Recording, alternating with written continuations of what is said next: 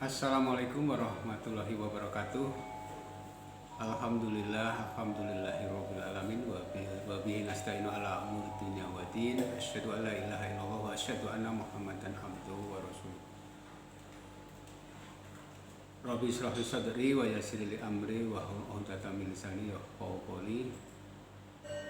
Alhamdulillahirabbil alamin. Puji syukur kita panjatkan kehadirat Allah Subhanahu wa taala atas limpahan rahmatnya hingga pada kesempatan kali ini saya bisa menjumpai kalian semua, siswa kelas 11 dan kelas 12 khususnya Madrasah Aliyah Negeri Wonogiri. Shalawat dan salam kita haturkan pada junjungan kita Nabi besar, Nabi agung, suri teladan kita semua, Nabi Muhammad SAW. Siswa semuanya, kami harapkan semua dalam kondisi sehat, senantiasa menjaga kesehatan dalam kondisi yang masih belum menentu sampai detik ini, dan tetap menjaga dan meningkatkan keimanan setiap saat. Anak-anakku, siswa kelas 11 dan 12, akan saya sampaikan pada kesempatan kali ini terkait dengan yang mungkin di antara kalian semua sudah ada yang mendengar ataupun menerima informasi mungkin dari teman atau dari bapak ibu kalian yang mungkin sebagai guru atau sebagai pengajar, bahwasanya berdasarkan Permendikbud nomor 43 tahun 2019 ini di sana dinyatakan bahwa ujian nasional itu tahun 2020 itu sudah yang terakhir. Jadi kemarin karena kondisi Covid tidak diselenggarakan UN. Ini saya kira poin ini Anda semua sudah mencermati atau sudah memahami ya, terkait kebijakan pemerintah terkait ujian nasional.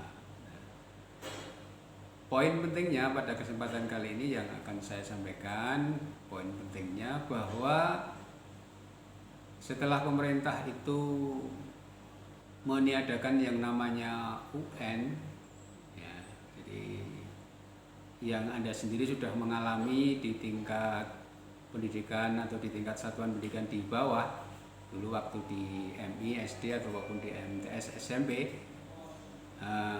Di tahun kemarin kakak-kakak Anda sudah tidak menjumpai yang namanya ujian nasional karena kondisi Covid. Nah, tahun ini otomatis karena berdasarkan Permendikbud nomor 43 tahun 2019 itu Anda semua yang sekarang ada di kelas 12 maupun nantinya Anda yang sekarang ini kelas 11 itu tidak akan atau berdasarkan permen tersebut tidak ada yang namanya UN. Tetapi pemerintah mengganti istilahnya, jadi mengganti format ujian nasional itu dengan istilah asesmen nasional. Jadi asesmen nasional. Ya, jadi kalau sekarang Anda mengenalnya itu atau mendengarnya itu adalah AKM atau Assessment Kompetensi Minimal. Nah, maka perlu saya jelaskan dulu pada kesempatan kali ini, yaitu tentang mengapa pemerintah itu perlu mengadakan asesmen nasional. Ya, yang salah satu bagiannya salah satu instrumennya itu adalah asesmen kompetensi minimal. Asesmen nasional itu perlu dilakukan oleh pemerintah adalah untuk meningkatkan mutu pendidikan. Jadi untuk meningkatkan mutu pendidikan. Tentunya ini adalah berdasarkan analisis konteks maupun evaluasi kondisi pendidikan yang beberapa tahun terakhir ini terjadi di Indonesia. Maka asesmen ini dirancang untuk menghasilkan informasi yang akurat. Jadi bentuk asesmen yang akan diterapkan di tahun 2021 ini dirancang untuk menghasilkan informasi yang akurat untuk memperbaiki kualitas belajar mengajar. Jadi yang jelas adalah untuk memperbaiki kualitas belajar mengajar dan informasinya akurat. Nah, yang pada gilirannya adalah meningkatkan hasil belajar siswa atau hasil belajar murid. Jadi tujuannya adalah endingnya itu adalah untuk meningkatkan hasil belajar murid. Jadi perlu dipahami bersama dulu kaitannya dengan asesmen nasional itu sendiri. Ya. Instrumennya apa saja? Jadi untuk asesmen nasional perlu saya jelaskan ini supaya tidak terlalu luas. Instrumen yang ada pada asesmen nasional itu ada 3 instrumen. Yang pertama adalah asesmen kompetensi minimal atau AKM. Ya, jadi asesmen kompetensi minimal atau minimum. Ya. Asesmen kompetensi minimum atau AKM. Yang kedua adalah survei karakter. Ya, ini non kognitif. Jadi survei karakter. Yang ketiga adalah survei lingkungan, baik input maupun proses. Jadi ini saya menjelaskannya adalah dari sumber AKM yang ini diluncurkan oleh Kementerian Pendidikan dan Kebudayaan.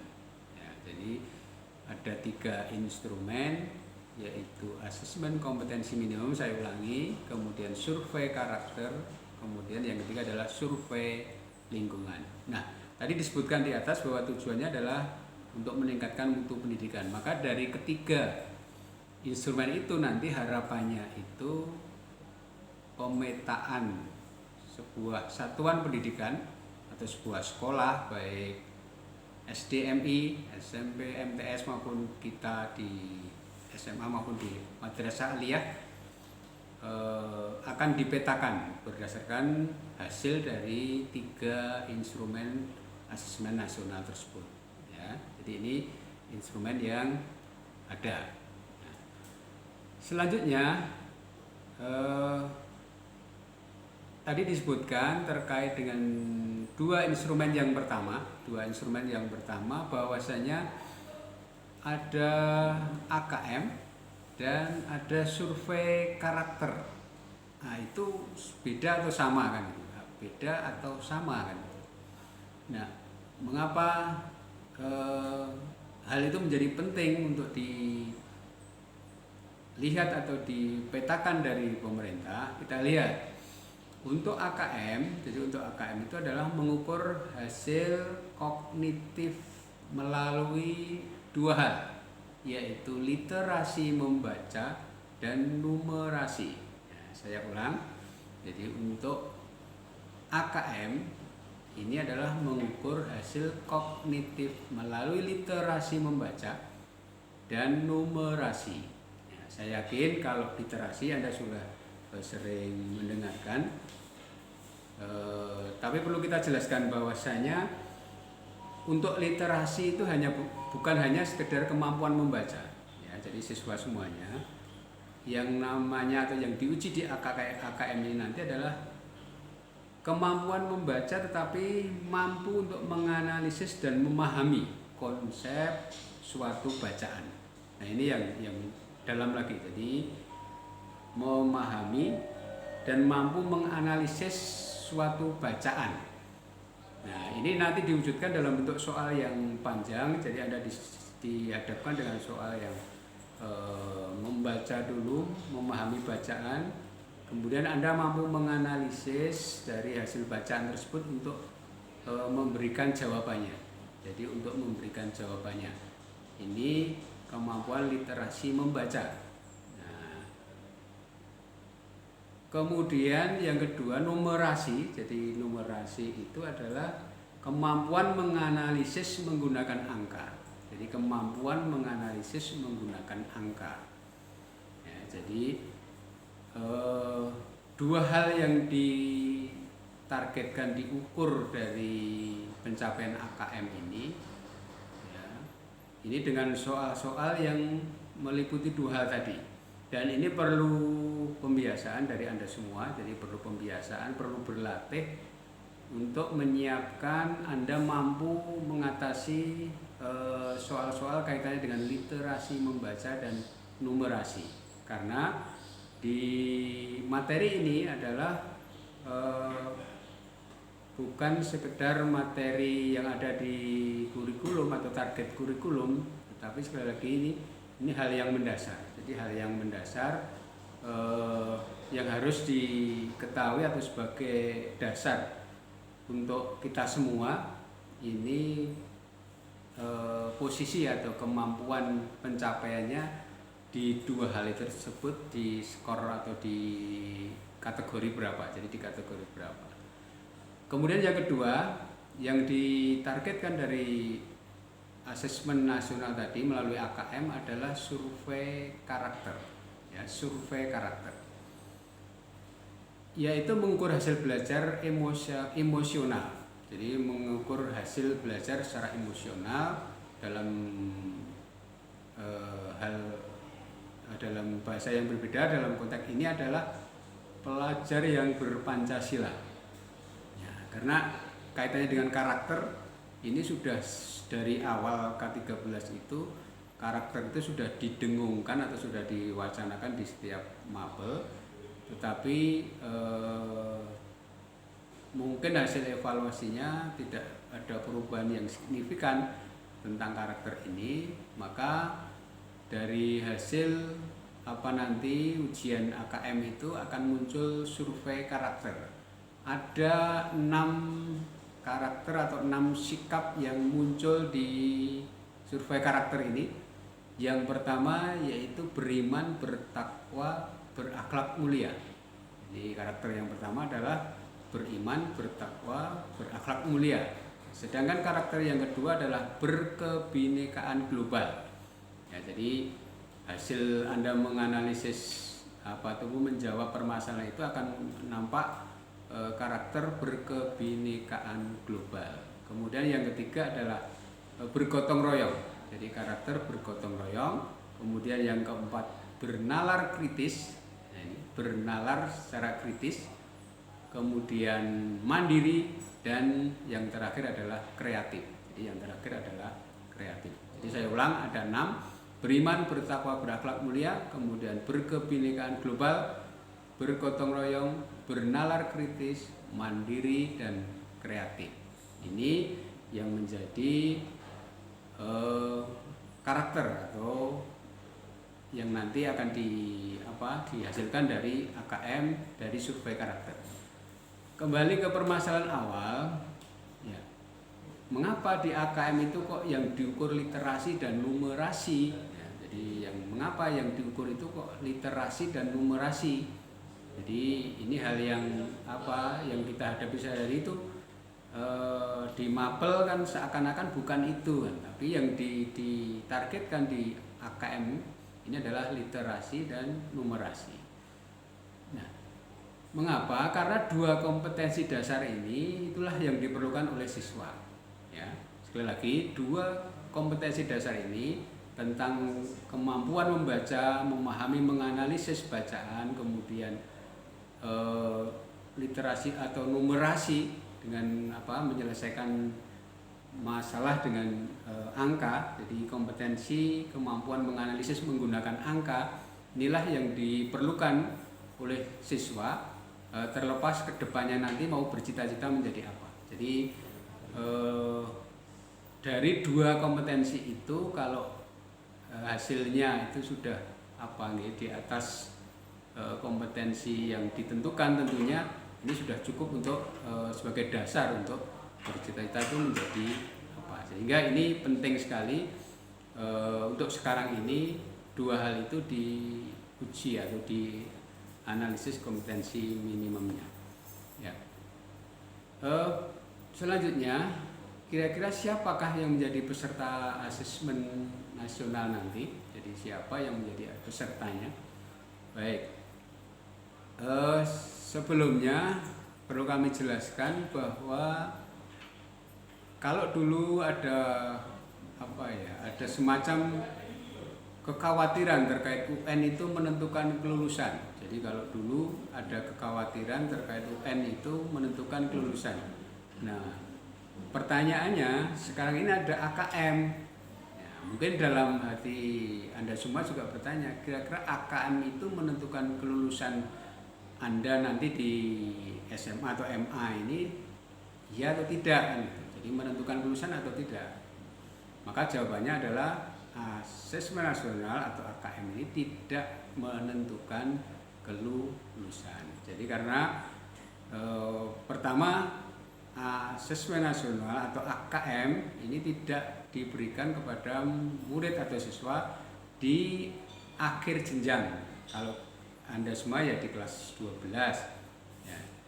Tetapi dalam tahun ini karena tahun awal, kita menunggu regulasinya, karena Anda yang di kelas 11 tentunya nanti akan mengalaminya di semester kedua asesmennya.